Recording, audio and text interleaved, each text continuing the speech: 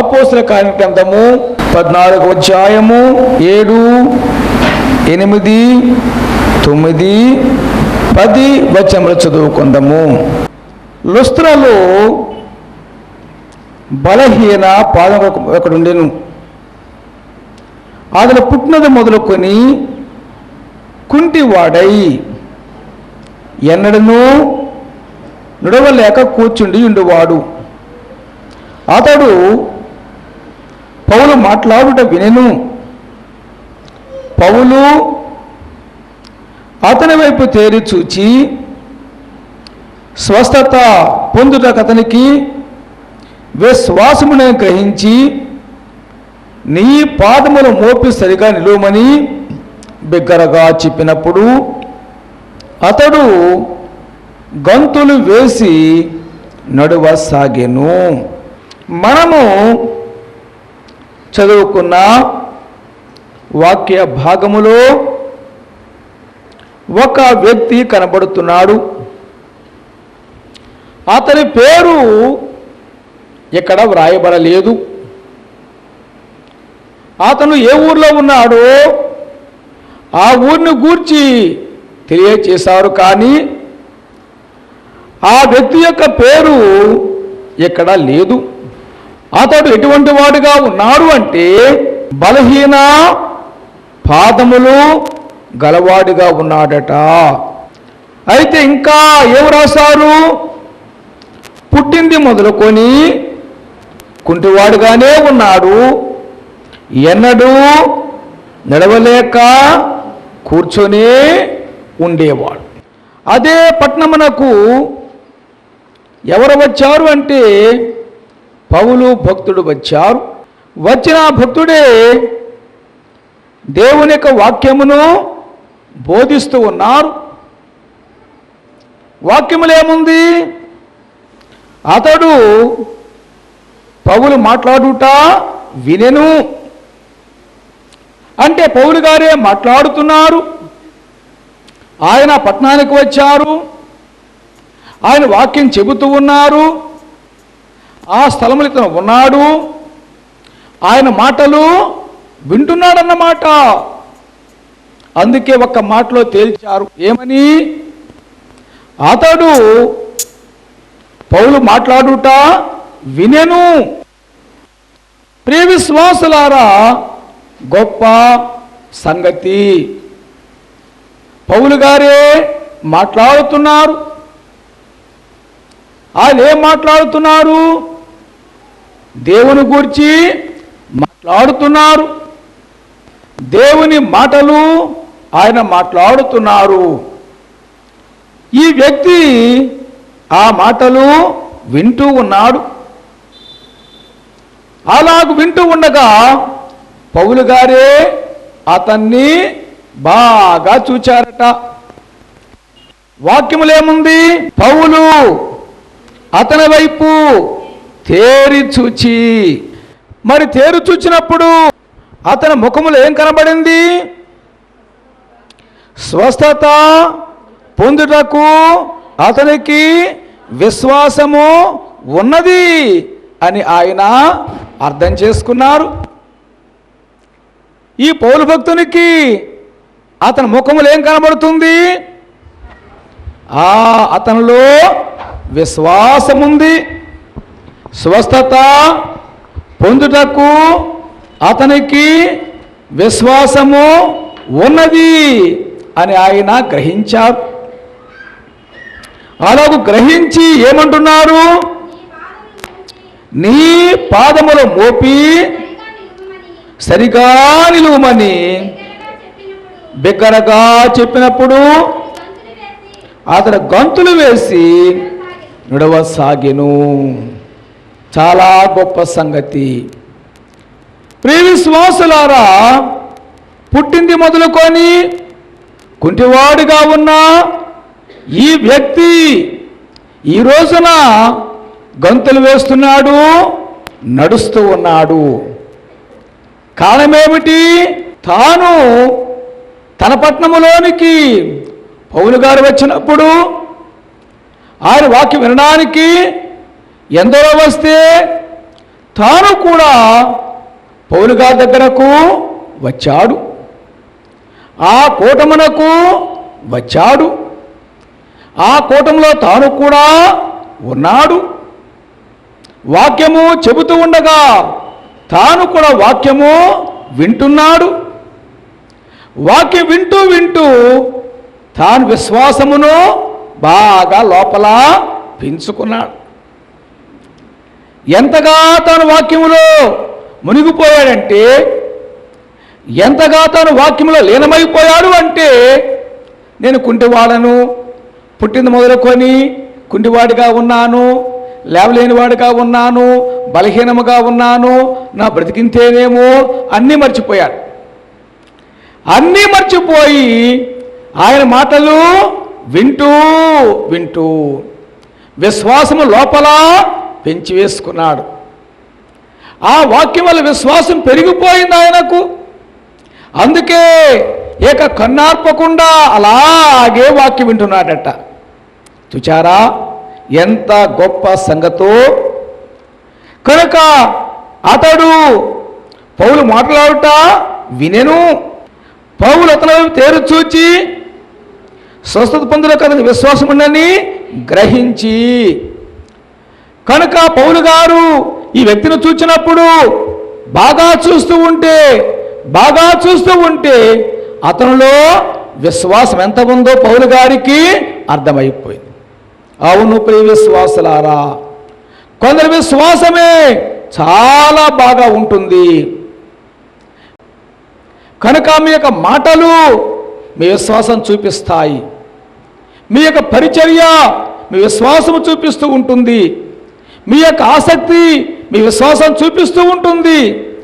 మీ మాటలు, మీ క్రియలు, మీరిచ్చే కానుకలు, మీరు చేసే ప్రతి విషయము మీ విశ్వాసాన్ని చూపిస్తూ ఉంటుంది. మేమే తూకం వేస్తూ ఉంటాం.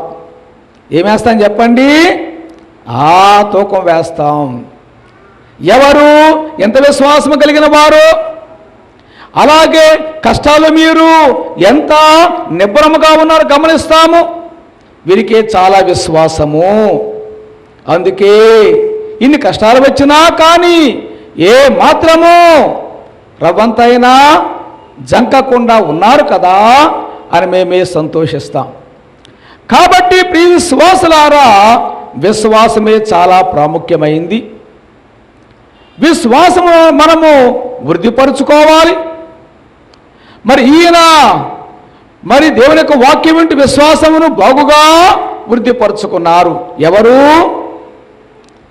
ఎవరు లుస్త్రలోని ఆ కుంటి వాడైన ఈ వ్యక్తి వాక్యం వింటూ వింటూ విశ్వాసం బాగుగా వృద్ధిపరుచుకున్నారు. అలాగే మనము కూడా, మీరు కూడా విశ్వాసమును బాగా వృద్ధిపరుచుకోవాలి. ఎప్పుడు పాటలు పాడుతుండగా, పాటలు వింటూ విశ్వాసమును వృద్ధిపరుచుకోవాలి.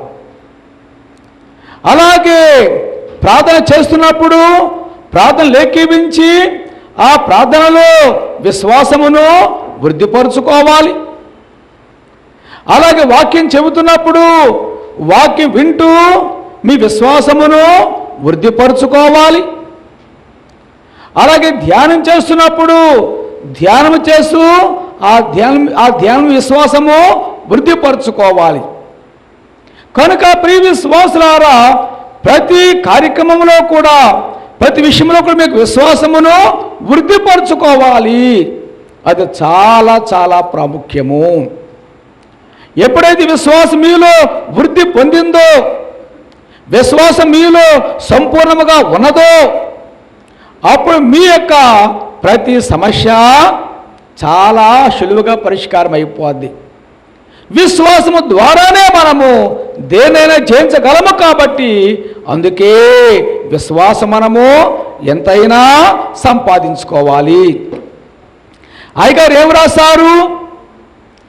ఆవగింజంత విశ్వాసమరియున్న కొండ కదలి సముద్రాన కూలిపడును, ఆవగింజంత చిరుపాపమంటియున్న వధువు సంగములోనికి వచ్చుటెట్లు.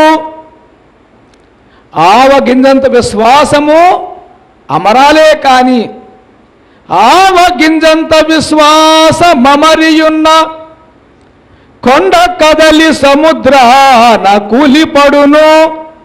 ఏమండి, ఆవగింజంత విశ్వాసము అమరితే, ఏమండి, అమరితే కొండలే వెళ్ళి సముద్రంలో పడిపోతాయట. అమరాలి, విశ్వాసము అమరాలి. విశ్వాసం లోపల చక్కగా అమరాలి. మరి మన విశ్వాసం ఎలాగుంది చెప్పండి? పూర్తిగా అమరలేదు అనుకోవాల్సింది. అలాగే విశ్వాసం పూర్తిగా మనలో అమరలేదు అంటే ఏమిటి? పూర్తిగా మనలో ఆ విశ్వాసము స్థిరముగా ఉండలేదు. కనుక మనము విశ్వాసము కలిగి ఉంటే ఎంతైనా గొప్ప సంగతి. కాబట్టి ప్రియ విశ్వాసులారా, ఆవగింజంత విశ్వాసము అమరి ఉన్న, ఆవా గింజంత విశ్వాసము అమరితే చాలు, కొండే సముద్రం పడుతుంది. ఒక కొండ పడిందంటే రెండో కొండ కిందనే పడిపోతాయి. కాబట్టి ప్రియ విశ్వాసులారా, మీ జీవితంలో ఒక్కో సమస్య కొండంత సమస్య ఉన్నాయా? కొండలు మీకు జీవితంలో, మీ జీవితంలో కొండలు ఉన్నాయా? ఏ కొండలు? సమస్యలనే కొండలు. ఒక్కో సమస్య కొండంత సమస్య. ఇంతకాలమైనా కానీ అబ్బాయికి ఉద్యోగం రాలేదు, వస్తుందో రాదో. అలాగే ఎంతకాలమైనా కానీ నా ఆరోగ్యము ఇంకా కుదురపడలేదు, కుదురపడుతుందో కుదురపడదు. ఎంతకాలమైన అప్పులు ఇంకా తీరలేదు, ఇంకా వడ్డీయే కడుతున్నాము కానీ అసలు ఇంకా తీరలేదు, తీరుతుందో లేదో. కొండంత మరి సందేహము, కొండంత ప్రశ్న. కాబట్టి చూసినట్లయితే ప్రతి వారి జీవితంలో ఒకటి కాదు, రెండు కాదు, మూడు కాదు, ఎన్నో కొండలు, సమస్యల కొండలు చాలా ఉన్నవి. అవన్నీ కూడా వెళ్ళిపోవాలంటే మనకేముంటే చాలట? ఆవగిన్నత విశ్వాసము సరిగా మన లోపల అమరినట్లయితే అప్పుడు కొండలే కదిలి సముద్రంలో కూలి పడిపోతాయి, ఏమీ సందేహం లేదు. కాబట్టి ప్రియ విశ్వాసులారా, ఈ వ్యక్తికి విశ్వాసము బాగా అమరింది. ఏమైందండి? విశ్వాసం బాగా అమరింది. వాక్యం వింటూ ఉన్నాడు, వాక్యము ద్వారా తాను విశ్వాసమును పెంపొందించుకున్నాడు. అప్పటిదాకా తాను మరి విశ్వాసము ఎంత కలిగి ఉన్నాడు ఏమో తెలియదు. కానీ ఇప్పుడు మాత్రము పౌలు గారు మాట్లాడుతూ ఉంటే, పౌలు గారు వాక్యం చెబుతూ ఉంటే, పౌలు గారు ఆయన వాక్యం బోధిస్తూ ఉంటే తానే అలాగే వాక్యం వింటున్నాడట. ప్రియ విశ్వాసులారా, మనము కూడా వాక్యం పైన మనసు పెట్టాలి. అందుకే అయ్యగారు చక్కగా వ్రాసారు. ఏమని? వినరయ్యా వినారయ్యా యేసు ప్రభావము, గణరయ్యా క్రీస్తుని ఘన కార్యంబు, మనసు యేసుని కథపై మలిపి యోగించిన మహిమా కనబడు నీకు అనుభవము దొరుకు. వినరయ్యా వినరయ్యా యేసు ప్రభావము, గణరయ్యా క్రీస్తుని ఘన కార్యము. ఇది పల్లవి. ఈ పల్లవిలో ఏముంది? మనసు యేసుని కథపై మలిపి యోచించిన మహిమ కనబడును, అనుభవము దొరుకును. కాబట్టి ఎంత బాగుందో. మనం ఎప్పుడైనా మనసును యేసు పైన పెడుతున్నామా? యేసు కథపై పెడుతున్నామా? ప్రియ విశ్వాసులారా, మరి మనము కష్టపడాలి. దేనికి కష్టపడాలి? మనసు అటు ఇటు పోనివ్వకుండా వాక్యం మీదే పెట్టడానికి ఎంతైనా ప్రయత్నం చేయాలి. ఎందుకంటే వాక్యం విన్నామా ఈ వ్యక్తిలాగే బాగైపోతాం. వాక్యం విన్నామా విశ్వాసం పెరిగిపోయి విశ్వాసముతో అన్నీ జయించేస్తాం. అందుకే మనం బాగా వాక్యం వింటున్నామనుకోండి, సాతానుకు మనసు కుదరఉండదు. ఏం చేస్తాడు? ఏదో రకం మనసులను గలిబిలిచ్చేస్తాడు. అందుకే అయ్యగారు ఏం రాశారు? ఆలకించుచున్న వారిని పగవాడు చూచి ఆలకించకుండా చేయును. కాబట్టి ఎవరైతే దేవుని యొక్క వాక్యము శ్రద్ధగా వింటున్నారో, శ్రద్ధగా ఆలకిస్తున్నారో వారిని చూస్తాడంటే సాతాను. అందరినీ చూడడం. ఎవరిని చూస్తాడు? ఎందైతే వాక్యము శ్రద్ధగా వింటున్నారో, వింటూ వింటూ విశ్వాసములో బలపడిపోతున్నారు. ఆ విశ్వాసం బలపడిపోతే వారు బాగుపడిపోతారు. కాబట్టి ఎలాగొటువంటి వారిని బలపడకుండా బాగుపడకుండా చేయాలో సాతాను చూచి వినేవారిని చెడగొట్టేవాడిగా ఉన్నాడు. మరి మీరేమో మరి వినకుండా విశ్వాసం లేకుండా మరి వెళ్ళిపోతారా? ప్రారంభం నుంచి చివరిదాకా వాక్యం బాగా విన్నారనుకోండి, అప్పుడు మీకు ఎంతైనా జయమే. కాబట్టి ప్రియ విశ్వాసులారా, మనం వాక్యం బాగా వినడంలోనే అసలు ఆ కిటికంతా ఉంది. ఎక్కడుంది కిటికంతా? వాక్యం బాగా వినడంలోనే అంతా ఉంది. ఈ వ్యక్తి పుట్టింది మొదలుకొని అప్పటిదాకా కుంటివాడే, ఎప్పుడు లేవలేదు, ఎప్పుడు నడవలేదు. అలా కూర్చుండి ఇంతకాలము కూడా తాను కూర్చుండే కాలమంతా గడిపేశాడు. అలాంటి వ్యక్తికి ఈ రోజున విముక్తి కలిగింది. అలాంటి వ్యక్తికి ఈ రోజున గొప్ప జయము కలిగింది, స్వస్థ కలిగింది, అద్భుతం జరిగింది తన జీవితంలో. కారణం ఏమిటంటే వాక్యమును వినుటే. కాబట్టి ప్రియ విశ్వాసులారా, వాక్యమును బాగుగా వినుట ఎంతో అవసరము. మరి తాను విన్నప్పుడు పౌలు గారే చూచారు, విశ్వాసము బాగుగా ఉన్నదని గ్రహించారు. కనుక ఆయన ఏమంటున్నారు? వ్యక్తిని చూచి నీ పాదములు మోపి సరిగా నిలువమని బిగ్గరగా చెప్పారట. ఎప్పుడైతే ఆయన చెప్పారో వెంటనే అతనిలో ఆ శక్తి వచ్చేసింది. తనకు తెలియకుండా తానే వెంటనే లేచి గొంతులు వేస్తున్నాడు, తాను నడుస్తున్నాడు. అంత గొప్ప కార్యమే జరిగింది తెలియజేస్తున్నాం. కాబట్టి ప్రియ విశ్వాసులారా, మన యొక్క సమస్యలు ఎంత పెద్దవైనా కానీ పరిష్కారం అవడం మాత్రము కష్టమేమీ కాదు. ఈ కుంటివాని యొక్క ఈ సమస్య పెద్దదా చిన్నదా? పుట్టుకలోనే కుంటివాడుగా పుట్టాడు కదా.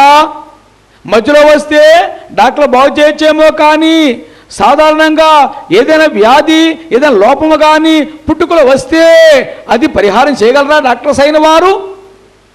పుట్టుకలో వస్తే అది పోవడం చాలా కష్టము.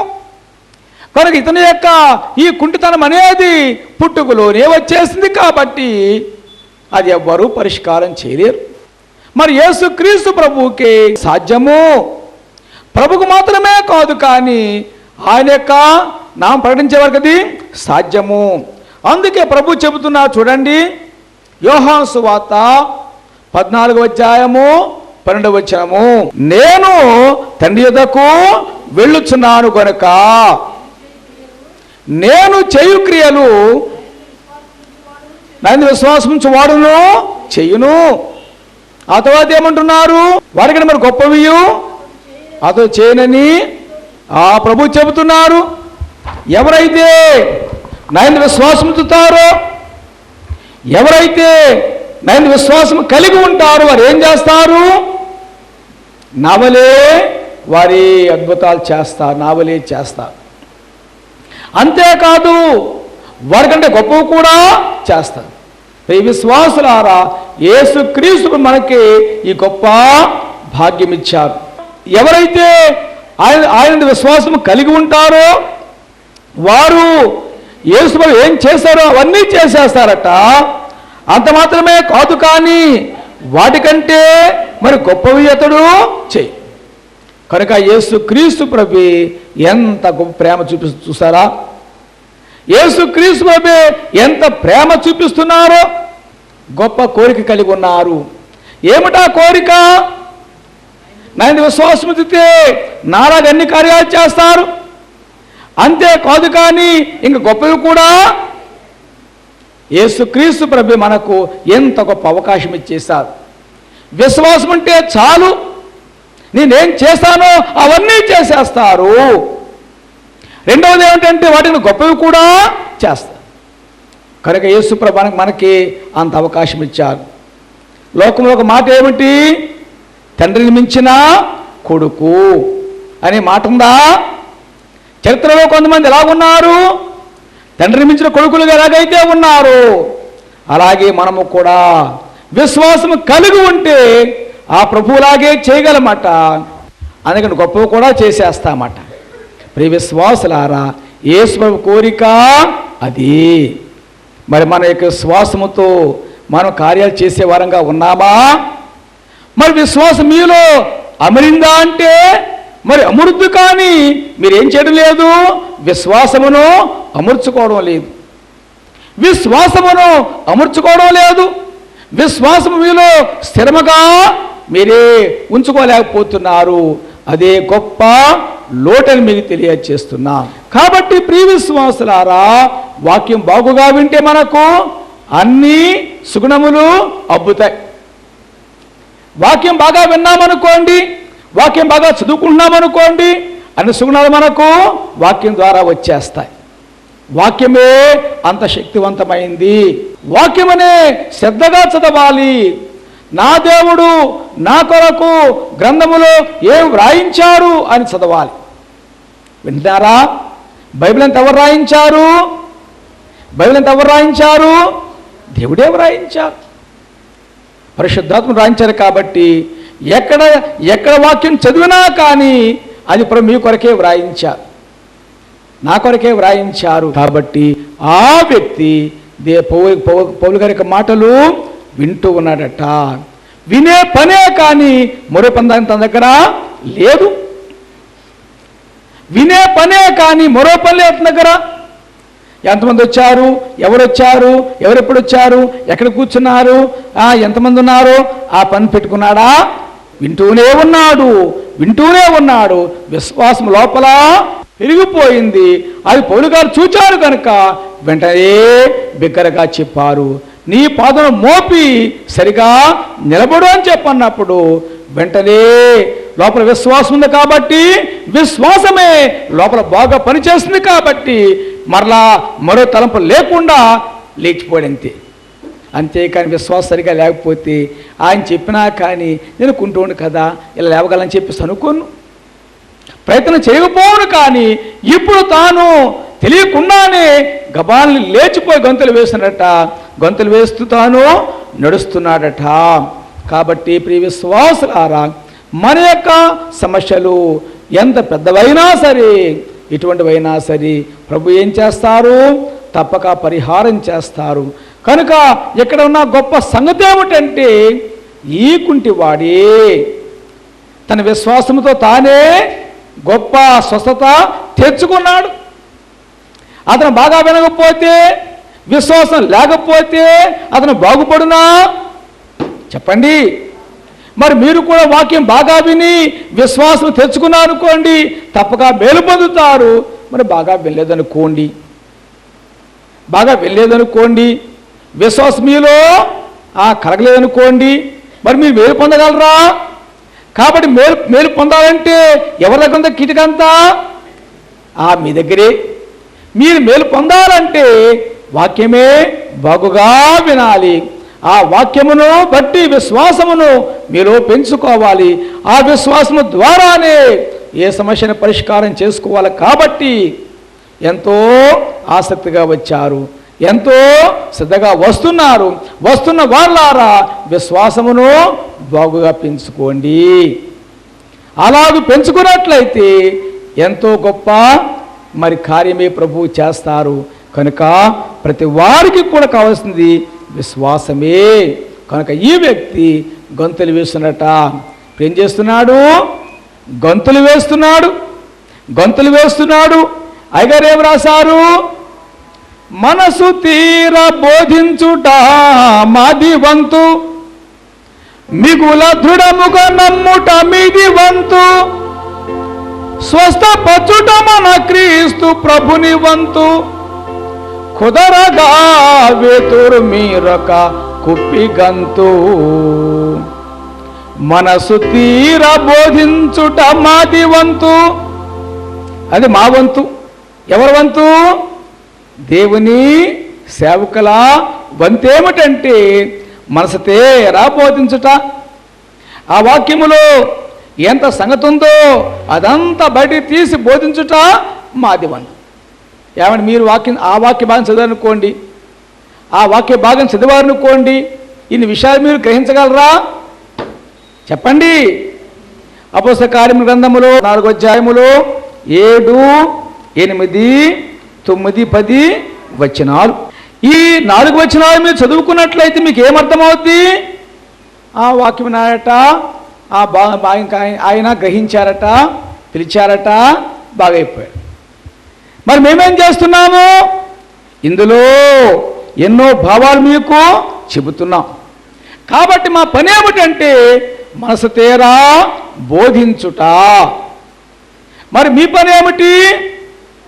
మిగుల దృఢముగా నమ్ముట. మరి ప్రభు యొక్క పని ఏమిటి? స్వస్థపరచుట. అప్పుడు ఏం చేస్తారు? మీరు గంతులు వేస్తారట. కాబట్టి ప్రియ విశ్వాసులారా, మరి మీ జీవితంలో గంతులు కావాలా వద్దా? మీరందరూ కూడా గంతులు వేసేవారిగా ఉండాలి. అంటే నెరవేరితే చెప్పకుండానే మీరే గంతులు వేస్తారు. మీ సమస్య పరిష్కారం అయితే అబ్బో చాలా గంతులు వేస్తారు. అనుకున్నానండి, అసలు జరగదని చెప్పి అనుకున్నాను, కానీ ప్రభువే ఎంత గొప్ప కార్యం చేశారు. ప్రియ విశ్వాసులారా, అసాధ్యమైన కార్యం సాధ్యమైతే తెలియకుండా మీరే ఎంతో సంతోషంతో గంతులు వేస్తారు. గంతులు వేసి సాక్ష్యము చెప్పే వారిగా ఉంటారు. కాబట్టి మరి మొట్టమొదటి పని ఏమిటి? మా పని ఏమిటంటే మనసు తీరా బోధించుట. మరి మీ పని ఏమిటి? వాక్యమంతా బాగా విని ఆ వాక్యాన్ని మీరు దృఢముగా నమ్ముట. ప్రభు పని ఏమిటంటే స్వస్థపరచుట. మీ విశ్వాసం బట్టి ఆయన ఏం చేస్తారు? తప్పక స్వస్థపరుస్తారు. అప్పుడు మీరేం చేస్తారు? బాగుపడిన తర్వాత మేలు పొందాక గంతులు వేస్తారట. ఇదిగో ఈ వ్యక్తి గంతులు వేస్తున్నాడు. ఎందుకంటే ఇంతకాలము తాను నిత్యము అలాగా కూర్చుని పోయి ఉన్నాడంతే. కూర్చొనే జీవితమే, కానీ లేచినా ఆ రోజు ఒక్కటే లేదు, నిలబడిన రోజు ఒకటే లేదు, నడిచే రోజు ఒకటి లేదు. కానీ మరి ఈ రోజున అద్భుతకరంగా తాను బాగైపోయాడు. కాబట్టి ఏం చేస్తున్నాడు? గంతులు వేస్తున్నాడు. కనుక మీ జీవితంలో ఏమి కావాలి? గంతులు కావాలి. జరగదనుకున్న విషయం కూడా జరిగిపోతుంది. ఎందుకంటే ప్రభుకే సమస్తము సాధ్యము. కాబట్టి ప్రియ విశ్వాసులారా, ఈ రోజున విశ్వాసముతో ప్రభు వైపే చూడండి. ప్రభు గొప్ప కార్యం చేస్తారు. అప్పుడు మీరు గంతులు వేస్తారు. అందుకే విశ్వాసము కలిగి ఉండండి. ముఖ్యమైన సంగతి ఏమిటంటే విశ్వాసము దేవుని యొక్క వాక్యాన్ని వినేవారిగా ఉండండి. మీ యొక్క ఆసక్తియే, మీ యొక్క శ్రద్ధయే, వాక్యం వినడం వల్ల మీ యొక్క ఆసక్తియే మీకు గొప్ప జయమిస్తుంది. కాబట్టి అలా వినేవారిగా ఉండండి. ఆ వ్యక్తి, ఆ కుంటివాడు కన్నా ఆ వ్యక్తి ఏ విధంగా వాక్యం విని తాను విశ్వాసం పంచుకున్నాడు. ఆ విశ్వాసాన్ని బట్టి పౌలు గారు ఎలాగో అతను బాగు చేశారు.